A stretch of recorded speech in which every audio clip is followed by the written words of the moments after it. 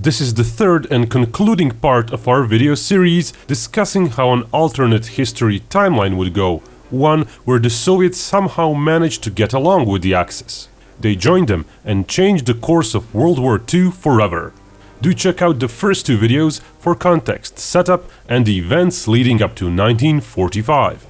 We left off with the Soviets and Germans finally launching the mother of all battles, the invasion of the British Isles, possibly codenamed in the USSR as Morskoy Lev.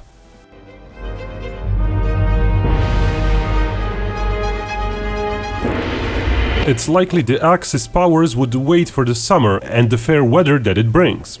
So, after literally a few years of preparation, in June of 1945, the Axis would finally strike. An absolutely massive effort in a complex plan dwarfing Operation Barbarossa in scope. The German Navy and Air Force would likely hold the left flank, while a combined German and Soviet naval force would try to keep the Western Allies out of the North Sea. The Axis air forces would apply pressure over the entire front, but crucial points would be the flanks, out in the sea. Thousands of Soviet planes would have to be stationed beforehand in Norway and Denmark. It would be a true test of the German-Soviet alliance. There would be a deluge of transport ships, boats and barges of all kinds. A D-Day invasion in reverse, but with double the manpower and much broader in scope, landing on many places at once. Britain would be hard-pressed to cover all of its long southeastern coastline. It's likely hundreds of thousands would die just in the opening weeks on both sides. In the battle for Normandy, the Allies had almost 4 times more troops, yet their casualties were high, between being similar to German ones and having 2 times fewer casualties, depending on sources. Some footholds taken by the Axis would be likely, despite heavy casualties. It's likely the Shetland and Faroe Islands would be occupied, as well as bits of Scotland and southern England.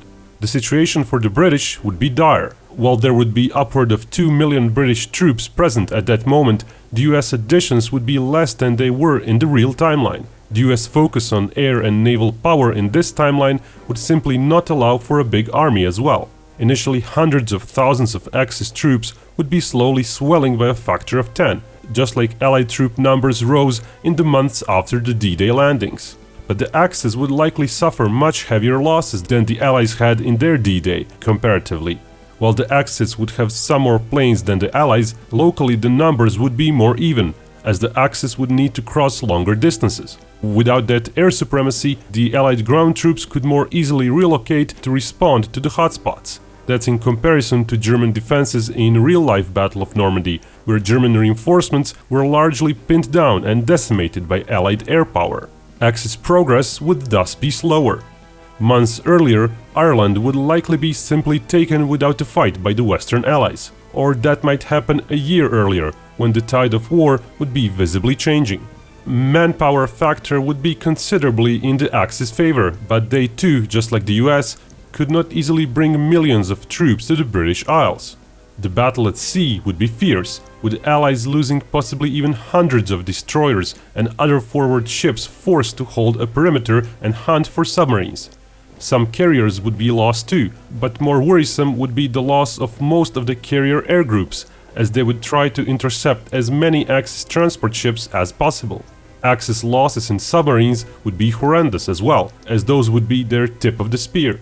Better to lose those, pushing them forward against the enemy, than losing crucial transport ships. A lot of Axis transports would, however, inevitably be lost.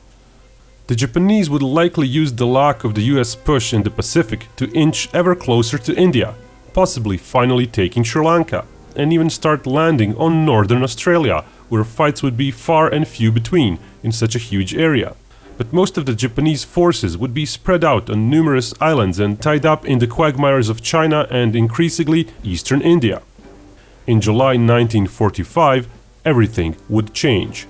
The US nuclear bomb test would be performed, as in the real timeline. The Manhattan program was such a well-kept secret that when the first bomb was dropped on Hiroshima, the scientists leading the effort on Germany's own bomb program simply did not believe such news was possible. Other German scientists of the program could not believe the US produced enough fissile material. Indeed, during the war, the German nuclear program was far behind the US one. In late 1942, the program was mostly abandoned as it was believed the bomb could not be produced before 1947. The Germans could not produce plutonium and did not know how to efficiently enrich enough uranium. They believed a single bomb would have required all the resources the Reich had. The Soviet Union was even farther behind. In the real timeline, they tested their first bomb in August of 1949. As we know, the first two bombs were ready in August. The US plans for an invasion of Japan state 7 to 9 more bombs being used by November. Furthermore, Project Manhattan also prepped for industrial-scale bomb production. The idea was to be able to produce up to 4 bombs per month. By 1946, that might have risen to more. So at least several bombs would be used each month from August onwards. Where would the first bombs be used? Definitely not on Germany or the USSR. Their defenses would be simply too dense for any Allied force to break through. The Allies did not have jet bombers back then, so even their huge B-29 bomber would be unable to fly hundreds of miles unopposed, and Germany would likely be leading in number of jet fighters. But what would happen is strikes on or near frontline targets, where warning time for the Axis would be almost nil, and where the Allies could still deny the Axis total control of the air. The first US bombs might even detonate over British soil, on Axis-made makeshift ports and supply depots, troop concentrations, and so on. Nuclear bombs would be far from insta-win devices. A 20-kiloton bomb, like the one dropped on Japan, would cause significant destruction and grave injury to people in the open in a 2-kilometer radius. Against a target like the German-occupied island of Wight, if one wanted to cover the entire island with such devastation, some 24 bombs would be needed. Of course, infrastructure and industrial targets are usually much more concentrated, and if army formations are to be useful, they too need to be somewhat concentrated. But several Axis beachheads would be severely hit by the end of August. By the end of September, nearby ports and assembly points across the Channel in France would be neutralized as well. The Germans would try to disperse, but the effectiveness of hauling in fresh supplies and troops would be greatly reduced that way. By the fall of 1945, the remaining Axis invasion forces on the British islands would likely surrender. With tens of thousands dead from the atomic blasts and probably upward of 100,000 injured or seriously ill. Radiation poisoning would not escape the Allied troops either, though to a much smaller extent, partly due to winds usually blowing the radiating particles towards the sea. With ample range and working from various bases such as Ireland and the Azores, various other targets would eventually be hit, mainly naval ports and submarine bases, but also sometimes forward air bases and logistics centers. US air losses would likely be huge in trying to fight through the locally more numerous enemy. Possibly several B-22s would be lost for everyone that would get through, and some atomic bombs would be lost en route as well. But Axis naval operations in the Atlantic would be hampered by the atomic bombing raids on naval bases. Supplies to Britain could once again start to build up. The Germans would find themselves exposed to a steady barrage of nukes, taking one important target out at a time with a single bomb. In the real timeline, the Allies needed dozens of waves with hundreds of planes to take out a single factory complex. Such campaigns could take days or weeks, and the complex could be repaired more easily.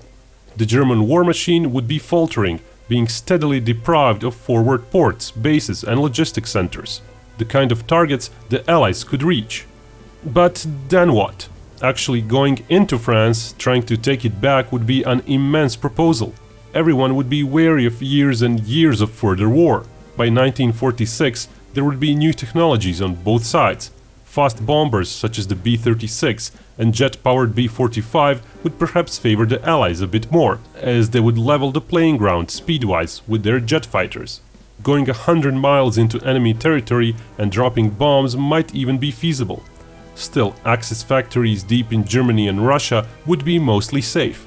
Going after easier targets, the US might even be satisfied with the status quo and redirect some anger at Japan, using atomic bombs and moving the line there closer to the Japanese mainland, enough to drop bombs on Japanese industry and cities.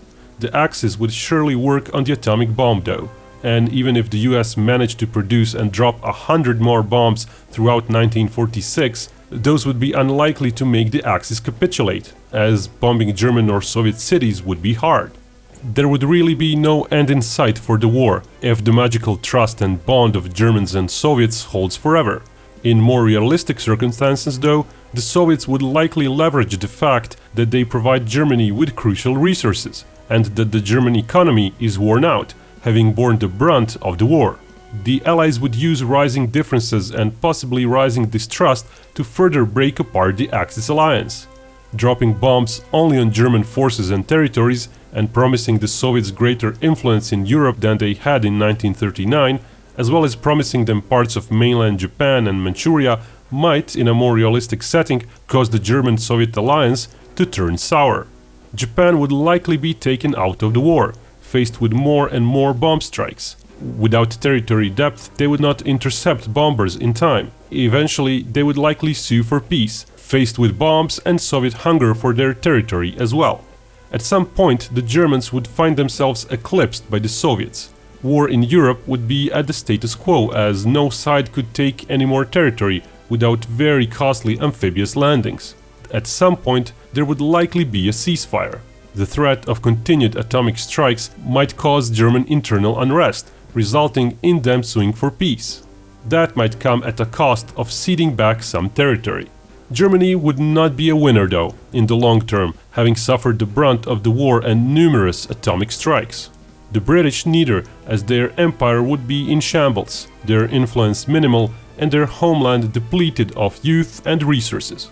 The US would come off better, but their influence would still be less than it was in the real timeline after 1945, and the Soviet Union would be set up as the next enemy. The Cold War would start once again, deadlier than ever. Oh, and before we go, the fourth chapter in our educational series on evolution of war and warfare tech, War Transformed, is live, accessible through the Graphy app.